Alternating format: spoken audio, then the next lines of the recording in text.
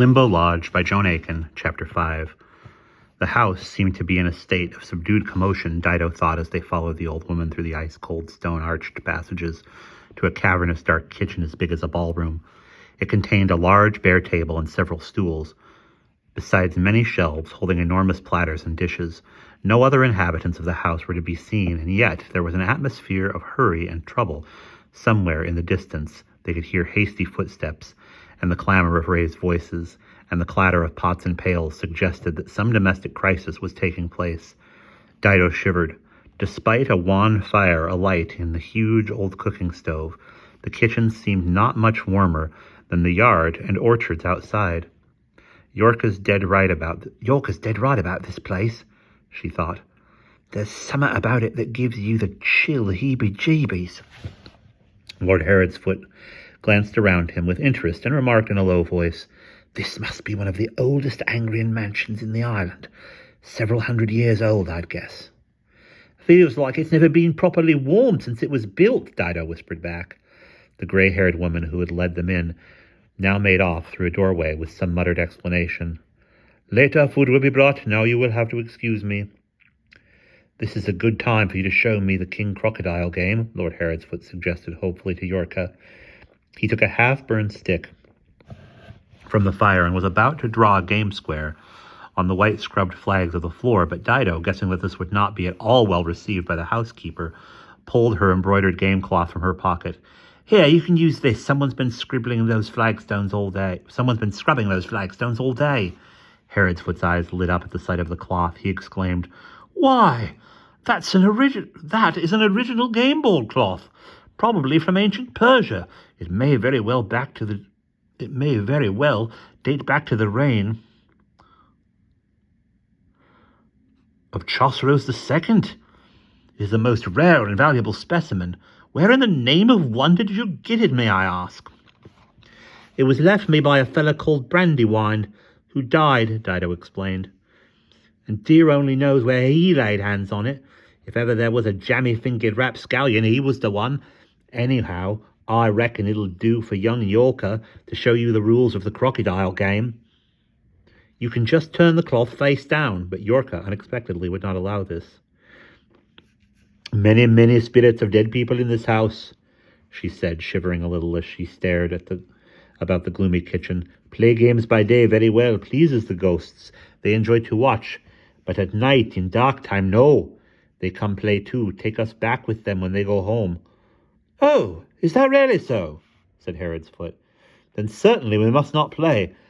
But it does not look as if anybody is going to come and take care of us for some time. We might as well make ourselves comfortable." He sat on a stool. "Won't you sing one of your songs to us, Yorka?"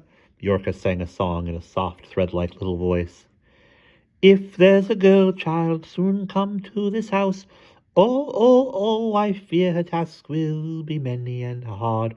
Or may the water pot be light on her shoulder, or may the needle not prick her finger too hard. Oh, poor little sister, I wish you well." "Do you know any songs?" Herodsfoot then asked Dido. "Only the ones my pa used to make up," she sang. "Oh, how I'd like to be Queen Pa, and float in a golden canoe, sucking a sweet tangerine paw all down the river to Kew."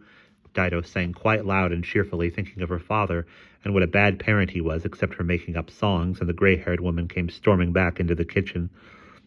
"What devil's music is that?" she hissed, giving Dido a ferocious look. "How dare you raise your voice in impious song where the young Senora is in such trouble? Be quiet at once. If you make any more noise, you will have to go back into the forest, and you will not like that, for it is raining as hard as ever." Indeed, they could hear the rain lashing down in the paved yard outside, and the gale howling against the stone-mullioned windows. "We are indeed sorry for your trouble, Senora," said Herodsfoot politely. "We did not mean to offend. But what is the matter? Can we be of any help, any use, in any possible way?" "In no way," she snapped. "The younger Senora, Meninhalusa. She is about to give birth at this time, but the birth is a hard one and the child a long time coming. The young lady is in much pain. No one can help. If we only had a doctor instead, we have a parcel of useless idle mouths who will be wanting food and beds and have no more sense than to sing in this house of calamity. And, taking a cauldron of hot water from the range, she stomped out of the kitchen again. Well, there is a doctor, Dido said sadly, but dear knows where she has got to. Don't I just wish she was here with us? Her words went unanswered, for at this moment a personage, who must be the lady of the house, entered the kitchen, an extremely grand white-haired senora, thin as a broom handle, with a pale flinty face, pale eyes, black clothes, and a black lace headdress, spangled with large pearls, draped over her brow. "I understand you are my Lord Heretsfoot," she said to his lordship with icy civility. "I have heard about you from my cousins in Regina City." He bowed. "And these will be your servants, no doubt." Her eye swept over Dido, Yorka, and Tyla without pausing. "I regret that you find our house in some confusion, and that you were shown into the kitchen. My daughter Louisa is unwell, but you, signor, should not have been left in this room. Your servants may remain here. You, sir, pray come with me. Do me the honour of accompanying me to the sala, where a meal shall be served for you." "That's uncommonly kind of you, ma'am," said Heretsfoot, standing his ground, "but I beg you won't trouble yourself with entertaining me. I'm sure you wish to be with your daughter, and I shall do very well here with my companions." "Your companion?" She stared at him, as if he had asked to be accommodated in the pigsty. "Most singular. You prefer to remain in the kitchen. Oh, very well. If that is your wish, the meal shall be brought to you here in the course of time." And she swept severely away without another word. Heretsfoot gave Dido a rueful grin, pushing up his glasses.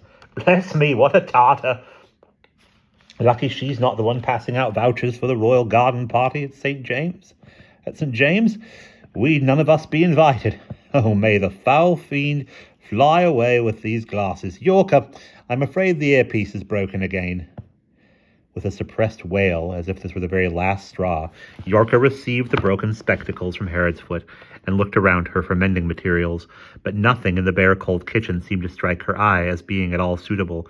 Shaking her head sorrowfully, she tucked the glasses into a little pouch containing seeds and grasses which she carried at her waist.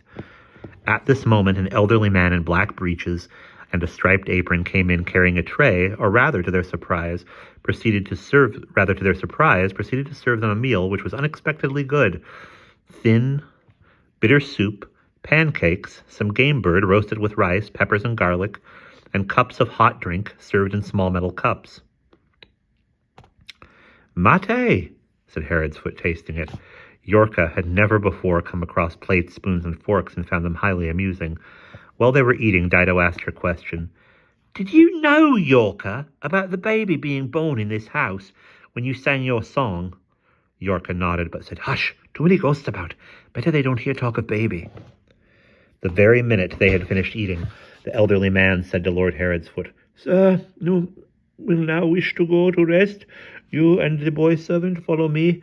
Isabella, the housekeeper, will soon show the young girls where they may sleep." And, in a moment or two, the gray-haired woman came back and sternly led Dido and Yorka in a different direction, along some more freezing stone passages, past dozens of closed doors, and up a spiral flight of stairs, up and up and up. "I don't like this house one bit," Dido thought. "Dear knows what might be going on behind all those shut doors. Prisoners, mad people who've been tied to their beds for 20 years, servants dying of sickness because nobody takes the trouble to care for them, and all these stairs. Our bedroom must be up at the top of the tower." It was at the top of the tower. The door that Isabella opened led into a round room with 3 windows spaced at regular intervals in the wall. There were 2 small bamboo cots and 2 stools. A thin, black-haired woman was hurriedly throwing covers onto the cots. "I will leave you now," snapped Isabella, and gave some instructions to the other woman in a low voice, addressing her as Katerina. As soon as she had left, Katerina ran to Dido, caught hold of her hands, kissed them, calling down blessings on her head. "You saved my daughter. Oh, thanks. Oh, thanks. Menina, 1,000 thanks." "Saved your daughter?" Dido was completely astonished. "I don't reckon as how I saved anybody's daughter." Then she thought of Yorka and the snake, but Yorka's mother was dead, and this woman was not a forest person. She was Angrian. Yes, we did in town. The guard were after her. because she was in the street without a hood over her head. Some boys stole it, but you let her into the hospital." "Great sakes," said Dido, remembering. "Would they really have arrested her just for not having a hood?" Arrested her? They would have hung her up from a tree, as they did so many if you had not helped her. With a shiver, Dido remembered the scene by the roadside before Tylo and she had reached the prison. "Where is your daughter now?" "Oh, she's safe. The nurses helped her. She hides. Never mind where. But I thank you, Rania. I bless you always, always," kissing Dido's hands again. Katerina left. As she did so, she murmured conspiratorially, "Isabella ordered me to lock the door. Don Enrique and Donna Esperanza trust nobody. But I shall not lock the door. If you should need anything in the night, only call to me. I sleep at the foot of the stair." "How is it going with the poor girl who's having the baby?" Dido murmured. "Slowly. Not well, and the poor father not here." After the door had closed, Yorka said, "I do not like to sleep in bed. On floor is best." "Suit yourself. Sleep where you like," Dido said cheerfully. "But you better wrap yourself in that quilt. It's powerful cold up here. My word, though. We can think ourselves lucky if we don't live in Regina Town. What a place where you get hanged for not wearing a tit fur on your noodle. Swelp me." She went to the nearest window and looked out.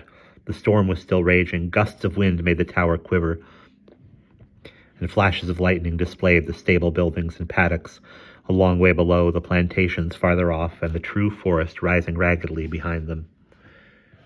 "We're awfully high up, even higher than a gila tree," Dido chuckled. "At least gila trees don't have ghosts in them, even if they do have snakes." "Are there so many ghosts in this house, Yorka?" "Yes, many," said Yorka. "We walk around this place hoping they grab that baby soon come. I'll walk around this place hoping they grab that baby soon coming." "Well, you better make a good magic and stop them." "I try," and Yorka sat herself thoughtfully cross-legged with her quilt around her shoulders. Dido opened the window. "Every one of them climbing snakes, even one of them climbing snakes to hardly slither his way up here," she said. And we'll pause there.